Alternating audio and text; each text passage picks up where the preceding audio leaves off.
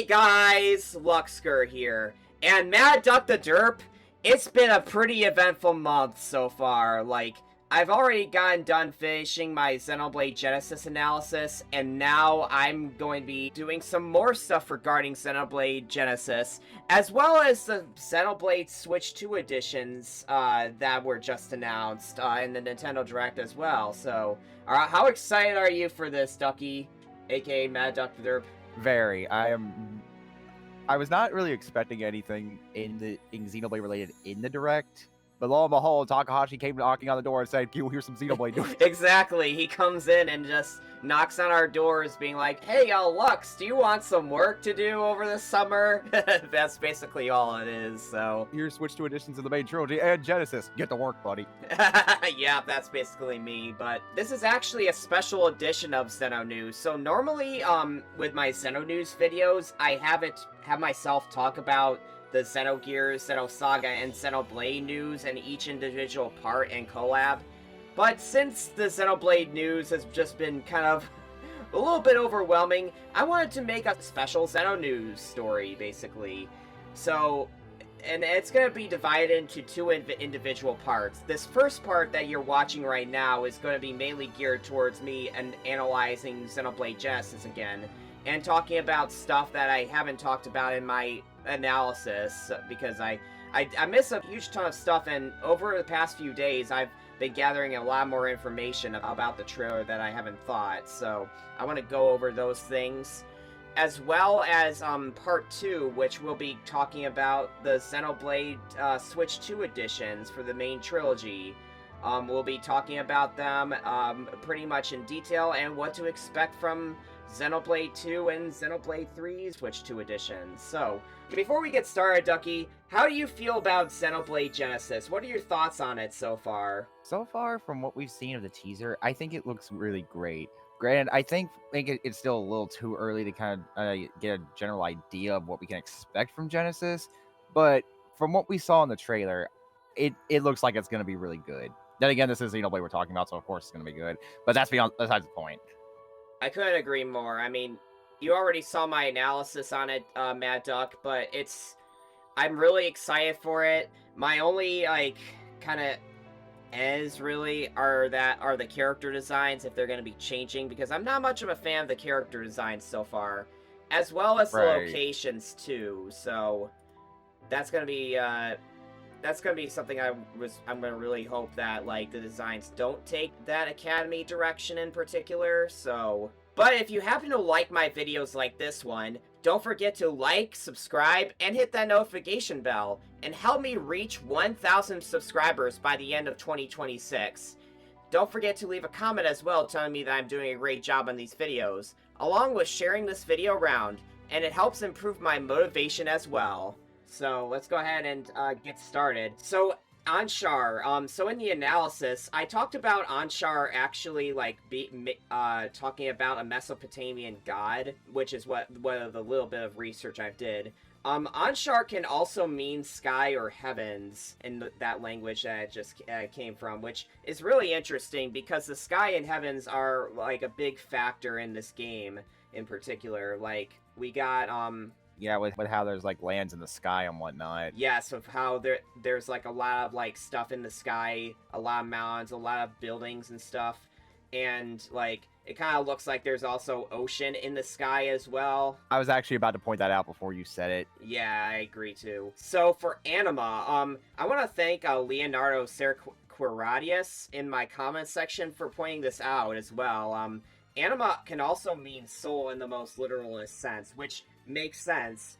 Soul is highly connected to the collective unconscious and Jungian psychology, and a lot of, soul stuff is also being shown in the trailer, whether it's, characters from previous games being portrayed as objects, their soul is being represented in an object, or, souls being, a major plot point in regards to, whenever someone dies, their soul will be slept within them, basically.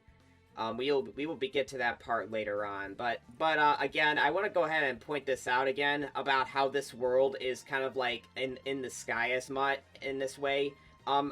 It's kind of the world is more like a ring shape or like a sphere instead of it, if the world being in like a spherical world. Like I already mentioned that in my previous video, the world kind of resembled like a Dyson sphere. And Mad Duck, if you don't know what a Dyson sphere is, basically what it is that you build like this huge gigantic megastructure around a solar system, for instance, and this helps contain all the energy from the sun that's in that solar system and contain it within that solar system to get more energy to have the planets feed off of them.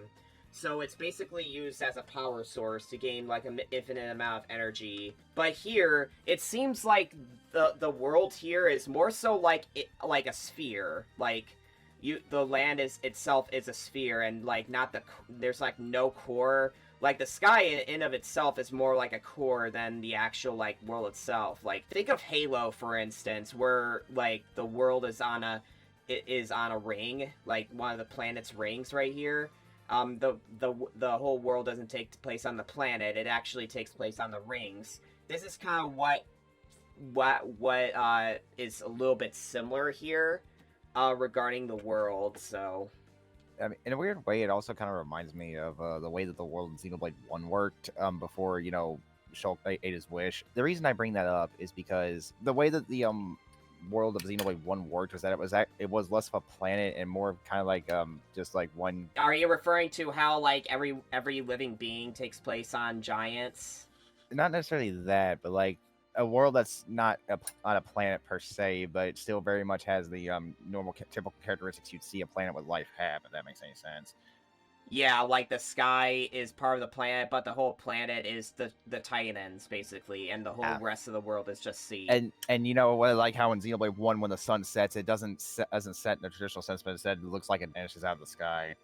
Yeah, like it's an illusionary sunset in a way. Yeah. So that's a good point there. So we'll get to suns later on, but right here I want to talk about like religion now. So religion seems to have like a huge importance in this game. Like there's a few scenes that has like kind of like cathedrals or churches in the background. One of them is right here in the Windmill Village right here. And then also something I wanted to point out regarding the Windmill Village, which is at the beginning of this the beginning scene of this trailer. This is the same Windmill Village that we saw a little bit ago. It has this like coliseum in the middle that looks like we can take battles in place, and it's on the water as well. A lot of RPGs seem to like have this kind of trope where they have like a coliseum that's like on the water and like sticking out from the town. I remember like games like Tales of Vesperia having this sort of thing too. So I mean, this game kind of already has a lot of tropes from RPGs in it, like the Academy, but we also have like a Coliseum on water, so... Yeah. I was actually about to say, it reminds me of the arenas in Fire Emblem. They don't really relate to the subject of it being a Coliseum on water, but for those who've never played a Fire Emblem game, arenas are basically what you can use to train up your units if they're a little lacking behind experience points. And typically they are in the shape of like a big Coliseum, just not in the water. Yeah, I mainly was pointing that out because it's in the water itself that, like, yeah, it's like a typical JRPG trope, yep. And I hope, hopefully it's just like that Coliseum is like, it serves an important point and then we never go there again. So. Speaking of typical JRPG tropes, the gas ranks! Yeah, oh, you mean these? Right here? Yeah. Yeah, I already talked about them in the analysis quite a bit, so... I want to go back to this scene right here, because, like, I already elaborated on the missing earth element regarding fire, water, and wind. Here, like, we see a lot of, like, earth-like stuff, and, like, I already mentioned before, if the world is entirely made out of crystals, like, how does life grow out of it? Because I don't know if life can grow out of crystals in of itself, like grass, trees, plants and stuff like that. Like, it's just a really big mystery that, like, I don't really understand. Like, if this world is entirely made out of crystals, Earth has to be playing here in some way, and Earth is a fundamental element as well, which is not included here. So, and it's really strange that we still don't really know, like, how plants grow in this area, in this world without like earth, for instance. You can grow it with grow this stuff with water and wind, or air in particular, but earth is also very fundamental. So Kind of makes you wonder if that's going to play a bigger part later on, if you catch my drift. yeah. Like they aren't like being transparent about it right now, but maybe it's for something that they feel maybe too spoiler heavy, if you know what I mean. Then again, watch as we get like a direct for this game, and even in typical Xenoblade direct fashion, they end up having a lot of spoiler heavy stuff. Yeah, we'll try avoiding it as much as I can. I want to also point out the draw distance in this version. Like, not a lot of Xenoblade games really have that good of draw distance, but here, like, we can see, like, trees in the background and, like, a little bit of grass here, as well as some that's on the mountains right here. It's just really cool to just see, like, so much, like, plant life in particular, like, in the background, that it just, due to the power of the Switch 2, it just renders a whole ton of stuff that you can see in the background, and it's just really cool to see that. So I was about to say, certainly a little console's been hitting his protein goals. yeah. And we also see like caves in the background that's in the mountains right here, and this object that I can't really make out in particular. We'll have to get more information about that in a future trailer. It looks like the entrance of a mine shaft, from if I had to guess. I mean, it could be anything. I'm just gonna call it a cave for now, so... I was about to say, it could also potentially be a cave. Like, maybe Genesis could take some notes from Tears of the Kingdom and have explorable caves, if you catch my drift. Since Monolith worked on Tears of the Kingdom, so maybe they can take some of the stuff that they worked on from that game and implement it into Genesis, you know? Not saying that, like, Genesis needs to be completely like Tears of the Kingdom, obviously, but just take some inspiration from it with some design elements like that. So in this scene right here in the water town, I neglected to mention this actually, but there's actually some, like, I don't know what these people are, like, on the right side who are, like, really muscular, but they seem to have, like, tails and stuff, and they seem to also have, like, pointy ears, like, I wouldn't say, like, cat ears in particular, but they're very muscular, and they have, like, like tails and stuff, so it's really cool to have like races that have tails coming out of their backs. So, which I remember seeing some people saying that they wanted under the species of human in the Xenoblade games to have that someday. So it looks like those people are getting their wish with this. But then again, though, we also had the what were the names of those cat like things? The Rothians. Some Rothians in Xenoblade X had tails. So I mean.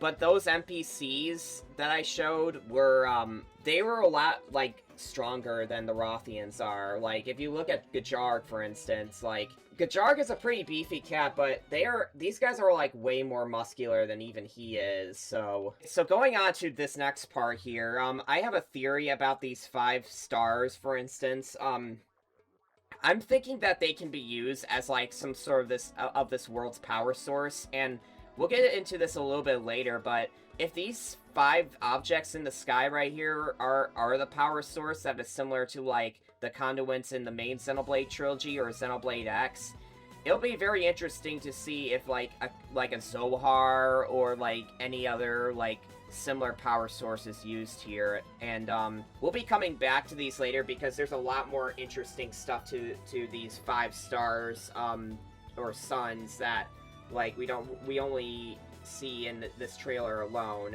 But I'm thinking this is like that this power source right here is where the Anima's power is coming from as of this moment. So, which of course makes sense because, you know, most worlds tend to get their powers from stars. So yeah, and a lot of RPGs, or well, their source of life from stars, I mean. So I want to talk about this academy right here, and it's not Waikos that I said in the analysis, it's actually Leukos, like, leukocytosis, which is an actual, like, what Leukos is like, it mainly refers to, like, things that's being white or bright. Like I said in the video, it fits this academy really perfectly because of them being... They want to make their students bright, but also has the white symbolism with it, like I compared it to, like, Xenoblade 3's Agnes, for instance. But speaking of things that are bright, Eleanor's name in French also means bright as well. I wanted to point that out, but it's as a coincidence, not like anything related to, like, Leukos itself. but it's a pretty funny coincidence regardless. So Yeah. I also want to talk about this rose window a little bit.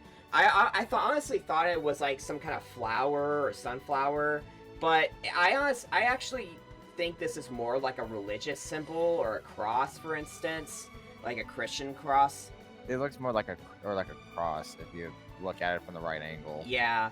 I don't think there's like any Christian elements in this game. I mean, Takahashi loves putting Christianity here, but Yeah. I honestly think this is more like a religious symbol, more than anything, rather than it being like a certain flower. It has like it has like a plant look to it, but I don't think it looks like a plant at all. It just looks like a religious symbol, so. Yeah. Okay, now it's time for the bit of an elephant in the room. Yeah, so this stone right here, I said before in my previous video that, like, this stone is, like, yeah, it represent objects and stuff, but, like, everybody among the Sun says that this stone references a specific character in the Xenoblade series from, like, the Xenoblade trilogy. In a later video, I'm actually gonna be doing, like, talking about the meaning behind the stone and its purple color. And I'm going to talk about it in the video more in detail coming next month, so.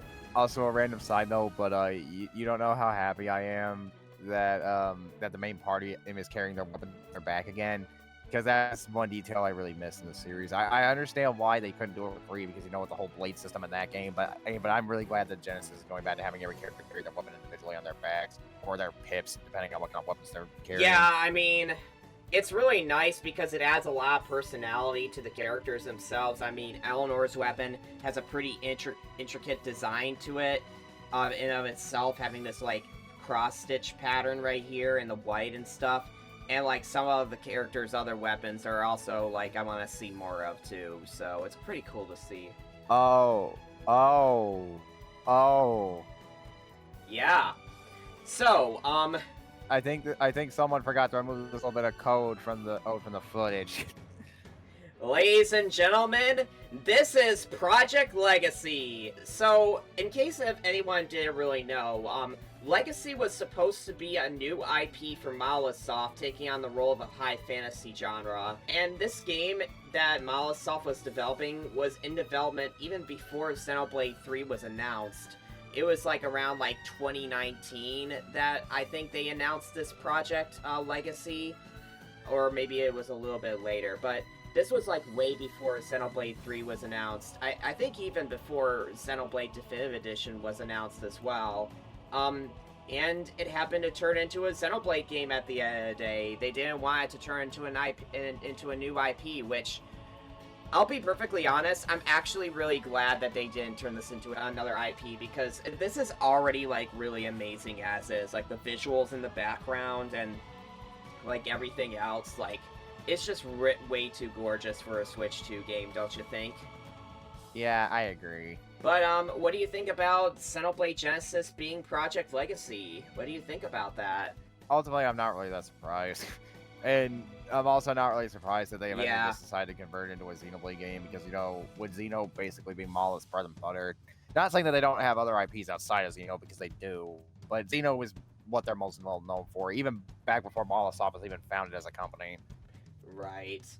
And I just find it really, like, relieving that Project Legacy actually turned into a thing, because, like, I always thought that, like, Project Legacy would just never come out, because we got, like, Xenoblade Definitive Edition, we got Xenoblade 3, and then we get Xenoblade X Definitive Edition, and we didn't hear a peep from Project Legacy ever since. And I know, like, I don't know if it was last year or a couple years ago, but Malisoft was promoting, like, this new big RPG directed by Tetsuya Takahashi, and many people were speculating that was Project Legacy, and I myself am, but they didn't specify that it was Project Legacy at all. But here, lo and behold, here it is. I was about to say, lo and behold. And also, yeah, round of applause, people. This is the first time that Takahashi's been in the director's chair for a Xeno game in 24 years. The last one he did before this was Xenosaga Episode 1. Well, he's been co-directing the Xenoblade games as well. So. I was saying, he was the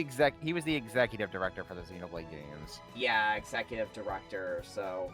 But I'm just talking. But this, I think this is the first time like he's been like a general director for a Xeno game ever since Xenosaga Episode 1.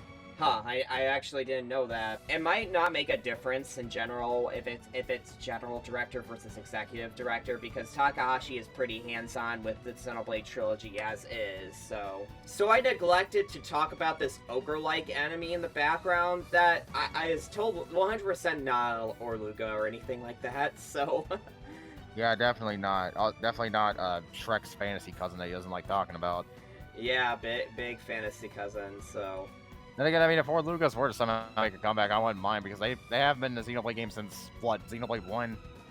Though, to be honest, the design of the ogre enemy, I don't know if you'll immediately recognize it, but they kind of remind me of the way that Titan from Final Fantasy looks in both 11 and 14, but him like just basically being like a giant ogre-like monster. So the girl with blue hair right here, has like a ribbon on her bangs that is kind of similar to how Miyabi has like this ribbon on her bangs as well. Yeah, I've seen some people point that out on social media. I don't necessarily think that means that the two are related in any way, but it's a neat little. But I think it's neat that they have similar ribbons. Obviously, because it's a brand new like series, I don't think she has anything in common with Miyabi or anything like that. So I don't either, because with this like being an entirely new like chapter in the Xenoblade series, I'm not really expecting Genesis to have like anything relating to the original trilogy. And if it does, it's probably just gonna be like really minor things, or even like some characters from the original trilogy appearing as like a DLC or something. But that's really about it, though. Yeah. I'll be coming back to this character later on, because that ribbon that she has in her hair is pretty important. So this character with black hair, it's safe to say that like he's gonna be her dual antagonist for the game. And so he goes in and does like a punching animation on the ground right here, and there's like this hand that comes out of the ground that like reaches out, and I find that really interesting that like you can use anima to basically just use like summons or and stuff like that to just have a hand just come out of the ground, don't you think? Yeah, it's like they're basically becoming one with the Earth, if that makes any sense, without actually being on Earth, because they're stuck on a whole different planet. So, I neglected to literally talk about this tower in the background because I was so entranced in the dragon that I neglected to talk about the elephant in the room right here. This freaking tower. So, people have been speculating this. Yeah, this tower. Yeah, people have been speculating this to be similar to the Eldritch in Xenogears and how it created this tower. Spoilers for Xenogears, but there's like a similar tower that's in that game that like is basically a spaceship that just got destroyed into the actual planet itself, and people called it Babel Tower because of how long it is, and the Eldritch is very long in that game. So yeah, but we have like a similar thing going on, but it seems like the bow of the ship is actually like not in the ground. It's actually like jutting up. So as you can see right here, I think this is like a command control system right here. But my theory about this tower is that like, yes, it is some sort of spaceship that alludes to Xenogears because of the nature of the world being on a ring and Dyson sphere, and that the ship crashed through the world and got stuck, forming a crater in its wake over here. So what I'm getting at is that the spaceship like collided within the ring world or the sphere, and then like it got stuck because this thing jutted out of the ground and it's not even moving at all, and it turned to stone because of that. So, and I honestly want to see more information about this formation, if it actually turns out to be a spaceship or not. Guess we'll see whenever both Nintendo and Mall decide to reveal more about the game, which if we get a direct later this year, they might, but who's to say? There's like some kind of like energy field coming right here. It makes me wonder if they're like harvesting the energy from whatever this tower is. So it kind of looks almost like a factory. Yeah, like some kind of factory. Got it. We're gonna have the abandoned factory 2.0. Okay, so this character in the red hair is a dragon tamer, and we saw this character a few times so far, in that one training exercise that they were doing. And this character seems to actually confirm that you can change outfits, because he was like in a school uniform over there, but here it seems like he's in like his actual real uniform right here, and it looks pretty sick from what we've seen here. So if this is anything to go by, then it is proof that you can change outfits. Which I mean, I don't see why you wouldn't, because I feel like it wouldn't be a Xenoblade game if you couldn't change outfits. And he also has like blonde hair on top and like purple tips on the sides, which I honestly find a very interesting hairstyle. I'm assuming that Yanayama, I think it's what it is, Yanayama, is the character designer. Yanayama, yeah. And I think she's really well known to have like different like hairstyles or and hair colors, where like there's a different color on the top, a different color in the middle, and then like on the tips is different. Very interesting style that Mai goes with here, and I'm pretty sure I'm gonna like it a lot because you know me, I'm a hair person, so. Yeah. Which my Yanayama also did, if you think about it, did something similar for Masha, because you remember how her design was, her hair was mostly silver, but it had like purple highlights towards the end of it. A random side note, but yeah, because you see that with a lot of my Yanayama's characters, like this silver hair girl right here, which has purple purple highlights towards the end of her hair, and some people even notice that, you know, herself, with her hair seeming to be a bit more red towards the end, towards the tips of it. Yeah, I would say more purple, but it's just really a really cool design in particular. So, but this white-haired girl with purple tips, I said in the analysis that she's an antagonist. I am dead wrong on this because she joins her party like in the at the very like climactic part of the trailer, and like I want to just say that she's like a rival that joins the party that kind of just has a thing against Eleanor's like where she actually came from. And that's kind of why I thought she was, like, antagonistic at first. But here, she's more like a rival, so I just wanted to point that out. Also, some people actually compared this girl to Ramses from Xenogears, but I honestly don't see that myself in particular. It's just for the memes, apparently, so. Character-wise, I mean, it could have happened, but I doubt it. Because, I mean, Ramses was never even a part of the party in Xenogears, so I don't think they'd do something similar ever with a main party member, if that makes any sense.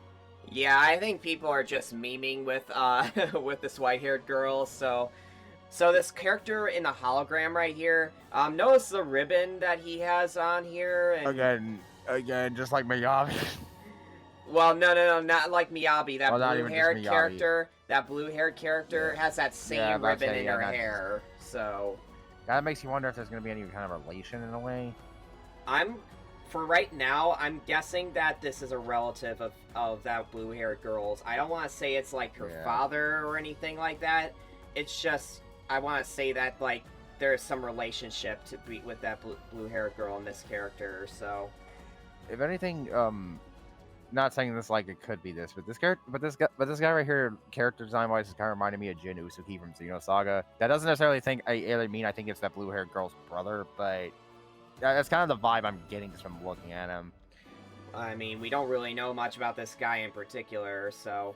I mean, we literally only saw him for like a split second, so I mean. Yeah.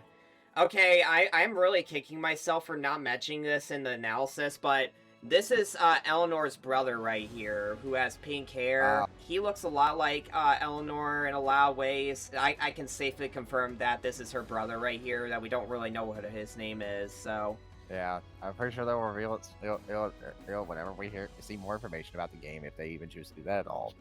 Okay, so right here, I want to talk about this scene real quick. I wish I would have talked about that. I wish I would have also talked about in the analysis, but the dual antagonist is actually like carrying like an injured Eleanor right here, and it makes me like believe that like this black-haired guy, the dual antagonist, he's gonna be like transforming into something, because it looks like he's about to do something right here that will make him transform, but we just don't know what kind of power it is, so. Chip T's moment, question mark. Also, another thing, this is 100% like, yes, you can change outfits, because this is the blue-haired girl before performing a ritual, which is sending anima towards the sun, so. Alright, so I want to go ahead and talk about these 6 suns right here again, so. The one in the middle is actually the main sun of the world, but the 5 stars around it seem to, like, react whenever the 6th sun comes out and they start to move around. So it makes me very interested in how this, like, main star actually, like, behaves behaves when it comes out, and how it reacts to the other stars in the sky, or the other suns in the sky. It's just really interesting, and I can't wait to see, like, the relationship between it because, like, obviously suns and stars give off energy, and, like, if these are artificial stars, like, if they're, like, some kind of power source, like a conduit or somewhat, it's just going to be really interesting to see how it reacts with the world in of itself, so, and anima as well. But yeah, those are the additional points in my Xenoblade Genesis analysis. Ducky, do you have anything to say about them at all? Anything more about the trailer that you want to talk about? Well, there is, but it's something that's not even remotely serious at all. Is the game going to be called Xenoblade Mega Drive in Europe? Oh my god, you saw that meme, did you? Dude, please. Yes, I did. Please, dude. I'm sorry, I had to. But yeah, that should be the end of the Xenoblade Genesis video, so... Mad Duck the Derp, where can we find you at? You guys can find me on YouTube, even though I haven't done jack all of my YouTube in 4 years, but I do want to try to start changing that soon. But you can also find me on Instagram, Twitter, and Blue Sky, even though the latter I don't really use all that much, but I want to try to start fixing that soon. And I also got Discord as well. Alright. With that, thanks everyone for watching until the end. Don't forget to leave a like, subscribe, comment, and share this video around, and don't forget to follow Mad Duck the Derp as well on his content. And until next time, see you on the other side!